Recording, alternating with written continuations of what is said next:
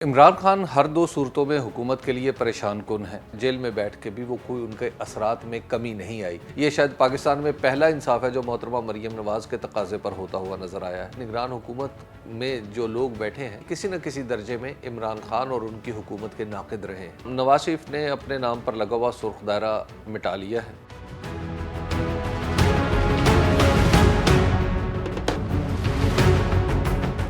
इमरान खान हर दो सूरतों में हुकूमत के लिए परेशान कुन है। उसकी वजह यह है कि जब वो ज़मान पार्क में बैठे थे तो वो रोज़ाना की बुनियाद पे डिजिटल मीडिया के ज़रिए, सोशल मीडिया के ज़रिए लोगों से और अपने कारकुनों से मुखातिब होते थे और इस तरह उनके कारकुनों को अपनी नई पार्टी पॉलिसी का पता चलता रहता था। तो उस सूरत में आप कह सकते हैं कि वो निस्बतन ज़्यादा परेशान कुन थे। लेकिन जब से वो जेल में गए हैं तो उनका ये राब्ता टूट गया है। इससे थोड़ा सा जहाँ पाकिस्तान तहरीक इंसाफ को ये धचका पहुँचा है या इमरान खान को थोड़ा सा सियासी तौर पर धचका पहुँचा है, वहाँ पर इसकी फ़्लिप साइड ये है कि पाकिस्तान तहरीक इंसाफ का वोटर ज़्यादा यकसू हो गया है। उसे अंदाज़ा हो गया है कि हमारे लीडर के साथ कुछ ज़्यादती हो रही है और वो अपने ख़यालात का इजहार ज़ाहिर है उतना खुल के नहीं कर सकता कि चूँकि आजकल माहौल ऐसा है। लेकिन मैं ये देख रहा हूँ कि सोशल मीडिया पे जो कुछ चीज़ें सामने आ रही हैं या जिस तरह टेलीविज़न पे थोड़ी दबे दबे अंदाज में बात होती है, तो इमरान खान जो है जेल में बैठ के भी वो कोई उनके असरात में कमी नहीं आई। बज़ाहिर ऐसा लगता है कि थोड़ी सी परेशानी उनमें उनकी बढ़ गई है, लेकिन बहरहाल असरात में कमी नहीं आई। जब आप इसको बॉटम लाइन में देखेंगे तो बॉटम लाइन में यस, जेल में जाना किसी भी लीडर के लिए और उस जो और फिर उसके लीडर के लिए भी परेशान कुन है और उसकी पार्टी के लिए भी किसी न किसी दर्जे में परेशानी तो है। लेकिन इसका ये मतलब बहरहाल नहीं है कि इमरान खान की परेशानी अगर कम या ज़्यादा होती है तो हुकूमत की परेशानी में कोई कमी आ जाएगी। हुकूमत जो पीडीएम है, बेसिकली अब तो निगरान हुकूमत है, जो पीडीएम है उसकी परेशानियों में मुझे कोई कमी होती हुई नज़र नहीं आ रही। जहाँ तक मुस्लिम लीग नून का ताल्लुक़ है तो मुस्लिम लीग नून की फरमाइश पर ये इलेक्शन आगे गया है। मेरी मालूमात के मुताबिक नवाज शरीफ साहब ये चाहते हैं कि जब वो पाकिस्तान वापस आएँ तो फिर उन्हें एक लंबा अरसा मिले ताकि इमरान खान के जो असरात हैं उनको अनसेटल किया जा सके और उसके साथ साथ फिर पीडीएम की हुकूमत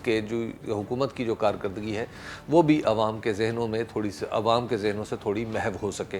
तो इस वजह से थोड़ा फासला ज़रूरी था कि इलेक्शन में और नवाज शरीफ के आने में। तो नवाज शरीफ साहब की मर्ज़ी से ये सारा काम हुआ और पीपल्स पार्टी भी अब शोर मचा रही है, वरना पीपल्स पार्टी को अच्छी तरह पता था कि जब इसके वज़ीर आला मुराद अली शाह जो सिंध के वज़ीर आला जब मुश्तरका मफादात की कौंसिल में बैठकर बाकायदा तौर पर जो नई मरदमशुमारी है उसको नोटिफाई करने की बात उन्होंने की और उस पर वोट दिया और उससे इख्तलाफ नहीं किया,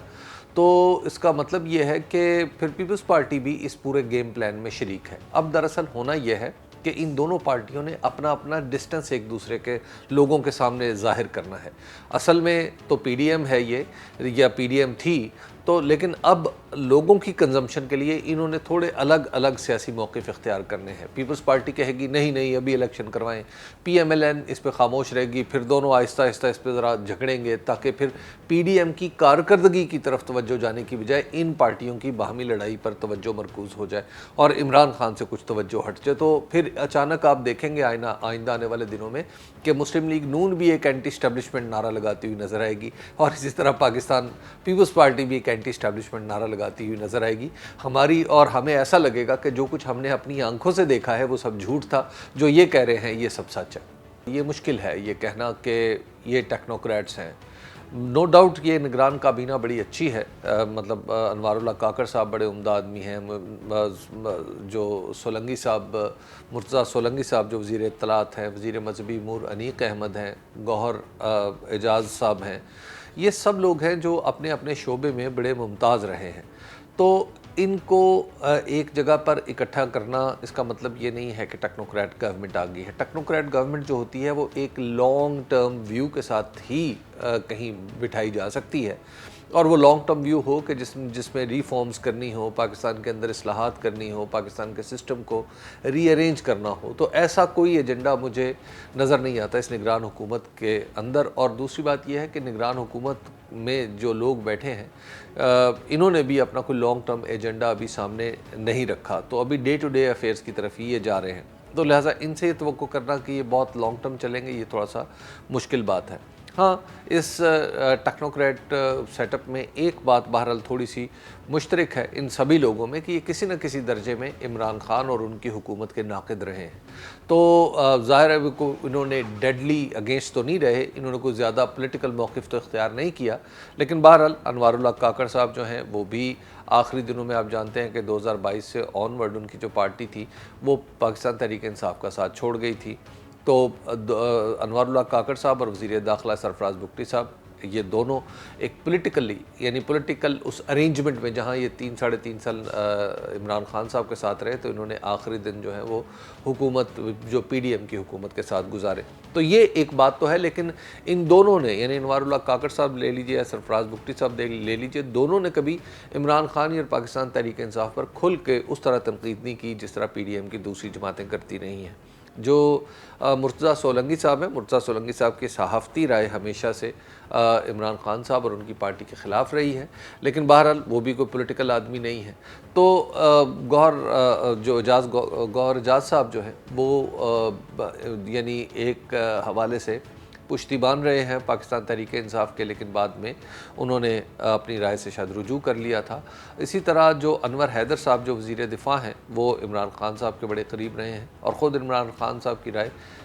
जो अनवारुल्लाह काकड़ साहब हैं उनके बारे में बड़ी अच्छी रही है। तो ये अगरचे थोड़ा सा आप यूँ कह सकते हैं कि एक इनके दरमियान पिछले 1.5 साल में जो कुछ मुश्तरका नुक्ता है वो इमरान खान की मुखालफत रही है, लेकिन इनमें से कोई भी ऐसा नहीं है जिसने इमरान खान साहब पर बेमुहाबा तनकीद की हो या तहरीक इंसाफ के ख़िलाफ़ कोई पॉलिटिकल पोजीशन को बड़ी पॉलिटिकल पोजीशन ली हो। और फिर इसमें आहद चीमा साहब की मौजूदगी जो है वो इस हुकूमत में वो ये ज़ाहिर करती है कि ये इसमें किसी न किसी दर्जे में पाकिस्तान मुस्लिम लीग का जो इन्फ्लुएंस है वो बहरहाल रहेगा, क्योंकि आहद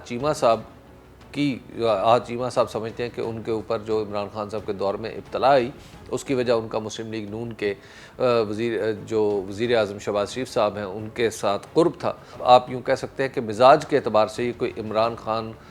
मुखालिफ ही आप इसको कंसिडर कर सकते हैं कि इस हुकूमत को। ये कहना अभी मुश्किल है, क्योंकि मेरी मालूमात के मुताबिक आज की तारीख़ में पाकिस्तान मुस्लिम लीग नून को किसी कबूलियत के हवाले से किसी बड़ी मुश्किल का सामना नहीं है। ये दुरुस्त बात है कि नवाज़ शरीफ साहब से कुछ तहफ़्फ़ुज़ात हैं सिस्टम के अंदर, और मरीम नवाज़ साहिबा के हवाले से भी, लेकिन इन दोनों ने पिछले 1.5 साल पिछले 2 साल में इनफैक्ट मैनेज किए हैं बहुत सारी चीज़ें। और आप देखें कि मोहतरमा मरीम नवाज़ साहब कहा करती थी कि पलड़े बराबर होने चाहिए, और जब वो पलड़े बराबर करने की बात करती थी तो उनका कहने का मतलब ये होता था कि आइंदा इलेक्शन में इमरान खान गिरफ़्तार हों, नाअहल हों, और उनकी नाअहली और गिरफ़्तारी के साथ फिर पंजाब में उनकी जमात है पाकिस्तान मुस्लिम लीग नून वो इलेक्शन लड़ेगी। तो जब पलड़े सो कॉल्ड जो अगर ये इंसाफ का तसव्वुर हम उनका मान लें तो वो तो होता हुआ नज़र आया है, यानी ये शायद पाकिस्तान में पहला इंसाफ है जो मोहतरमा मरीम नवाज़ के तकाज़े पर होता हुआ नज़र आया है। तो ऐसी सूरत में ये कहना कि जनाब मरीम नवाज़ साहिबा मुस्तक़बिल करीब में किसी मुश्किल में फंसने वाली है, तो मुझे ज़रा ये बात मुहाल लगती है। नवाज़ शरीफ ने अपने नाम पर लगा हुआ सुर्ख दायरा मिटा लिया है, और नवाज़ शरीफ साहब की ये शायद सियासी ज़िंदगी का जो ये हिस्सा है इसकी मुमासलत आप इनके इब्तदाई दौर से दे सकते हैं कि जब इब्तदाई तौर पर जो उनकी उठान थी वो सारी की सारी गैर जमहूरी क़ुव्वतों के साथ चलने में थी। तो इस वक्त भी जो उनकी जो सियासत है वो कोई सियासी हवाले से और जमहूरी हवाले से उसकी दाद देना मुश्किल है, लेकिन बहरहाल नवाज़ शरीफ साहब इस मुल्क के एक मोहतरम लीडर हैं, तो उनकी जो इब्तिदा थी और ये जो दौर है इसमें एक बड़ी हैरत अंगेज़ मुमासलत नज़र आ रही है। अब इस मुमासलत को वो आगे लेके कैसे चलते हैं ये अभी वक्त बताएगा।